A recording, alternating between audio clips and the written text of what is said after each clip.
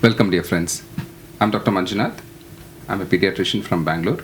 Today we have two eminent doctors from across India. Dr. Gnanmurthy is from my hometown, that is Bangalore. He's a prolific pediatrician practicing for last 40 years. And Dr. Sanjeev Singh Rawat, he's a known face across India. He's the chairperson for the National Respiratory Chapter. Good evening. We will start our discussion, and that is the cough syrups. We all know that a lot of deaths have happened across the country with one wrong formulation. Let us see how this cough syrups even came to the picture. Dr. Rawat, please elaborate on that. Thank you, Dr. Manjunath. Thank you for taking this important topic, because this is a topic of hot discussion across India in medical circles, in social circles, in social media. So we should, it's a duty of doctors to give a bit of clarity on exact what is the correct knowledge regarding these formulation. Now, if you trace the history of basically how this thing came in vogue, or how this thing evolved, in the past, like that today we have got various hospitals, we have got doctors' clinic and all. In the past, about 50 years, 70 years back, there were only general physicians or general practitioner or RMPs. They used to no, they used to prepare medicine in their own clinic. So they have to have the different bottles containing syrups and tablets, and they used to mix all of them, and they used to give it. So in those particular time, those particular formulation, basically they had a sugary syrup. Along with that, they used to add some medicines, and they used to give it. Just try to ease the way in which the patient can take that particular formulation. From that, as the thing evolved, as more and more pharmaceutical companies they came and they started making drugs. What they found was that the acceptance of these cough mixtures is very good in lay public. So they started making various combinations. They started trying various taste, and then various combination, and trying to market as an OTC product. And very importantly, they started advertising. Like you must have seen on radios, on TVs, and even in movies, something like glycogen low, khich khich dur karo, all these things. So they put a feeling in the general population that these are very effective and very simple remedies for cold and cough. If you got cold and cough, there is no need to go to the doctor. Go to the local chemist, purchase a bottle, and you will be all right. Not realizing that there is a potential of these products being abused, sometimes taking excess dose, small child taking excess dose, frequent dosing. Again, various combinations. These all drugs contain 3 or 4 or 5 drugs which have got opposing actions, not indicated, chances of side effect.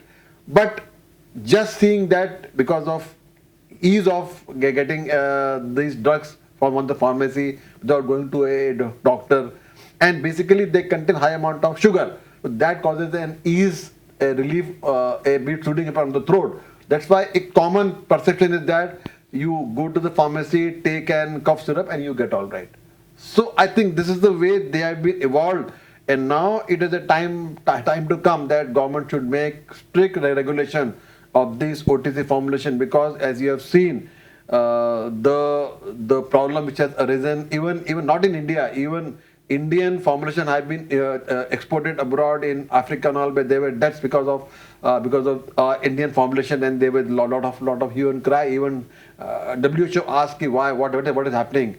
So I think now it is the time that the government should make a regulation and try to regulate these formulations so that they are not misused, and they are not available so easily as they are available.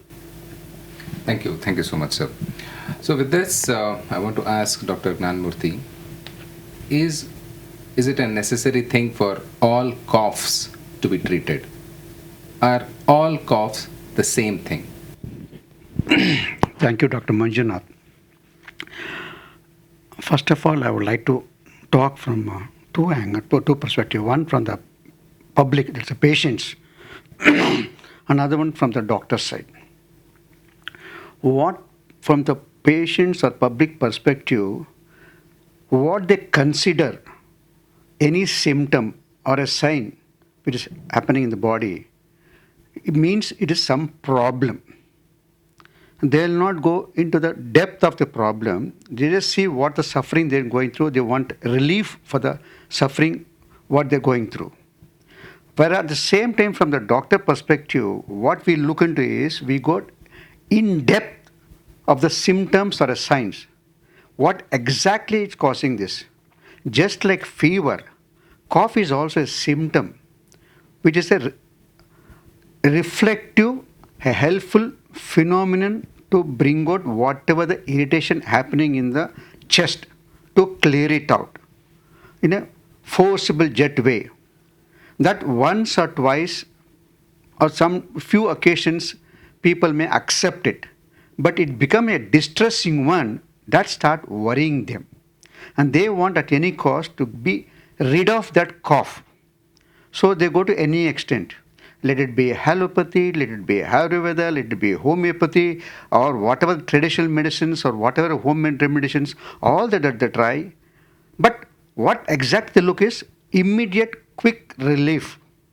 And second thing is, whatever the modalities of medicines are available, but what they expect is to consume a very easily available everywhere, and it should be easily consumed. Say, for example, cough syrup. It's very easy to take, just like you sipping a juice or sipping a drink. So that's easy. But then they don't accept whatever the new traditional medicines available. Like, for example, inhalation therapy is one of the new traditions, new modality is there, and from the doctor's side, that they want to accept immediately. So what they look is how quickly they can get rid of cough.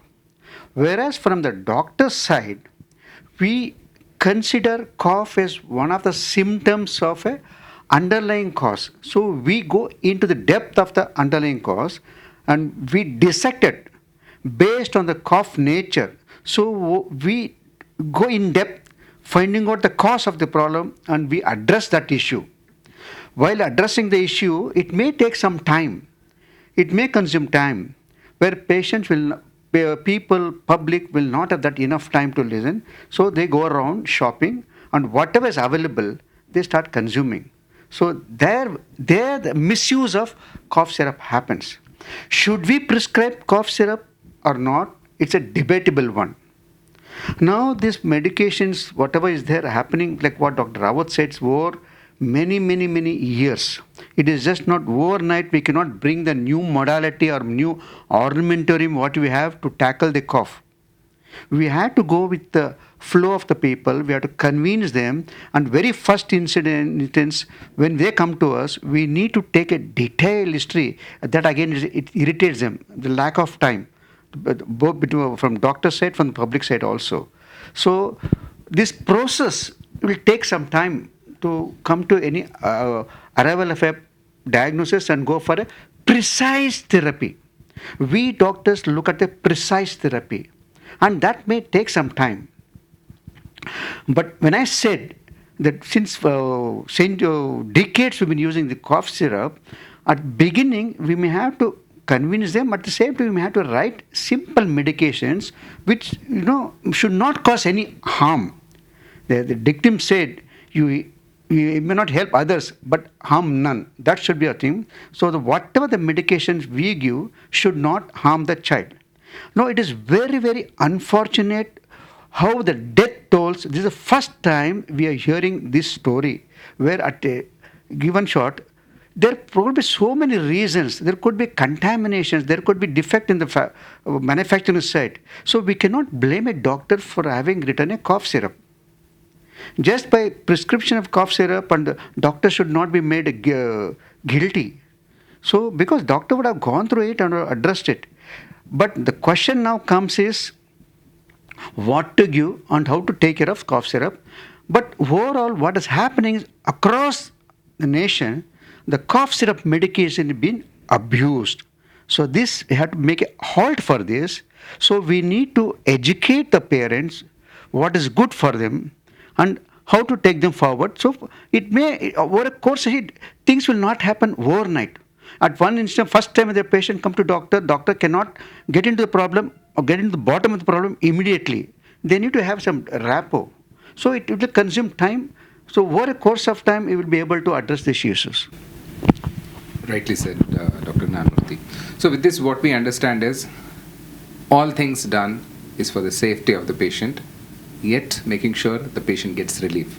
Not all the medicines we give gives the benefit to the patient, but we are trying our best and trying to make sure that they're not harmed at any given point.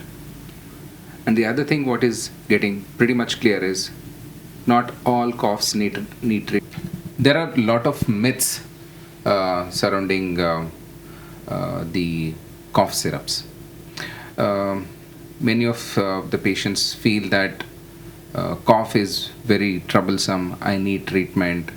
There are many myths. Can you elaborate some of the myths and how can we clear all those myths to the patients?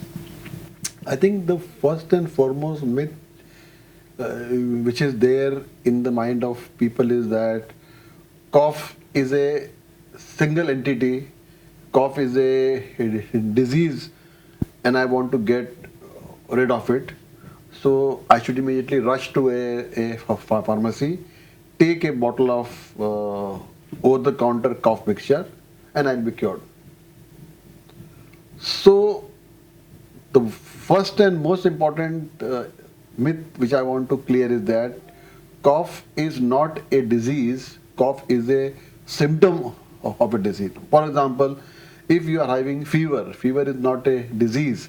Fever is a manifestation or symptom of an underlying disease. Similarly, a cough is an indication of some disease in the respiratory passage, or even it could be outside the respiratory passage. And it is the doctor who can decide what is the cause of this cough and how best it should be treated. So, first and foremost advice which I like to give to all the people who are hearing this or listening to this panel discussion is that please don't take cough lightly. It is always good to go to your doctor whom you trust and try to ask one simple question, doctor, what is the cause of my cough? He would give you an answer. This is the reason of your cough. May it be upper respiratory, or it may be lower respiratory, or it's something related to some medicines. There are some medicine which can cause cough, some medicine which is related to causing this cough, or it is something else.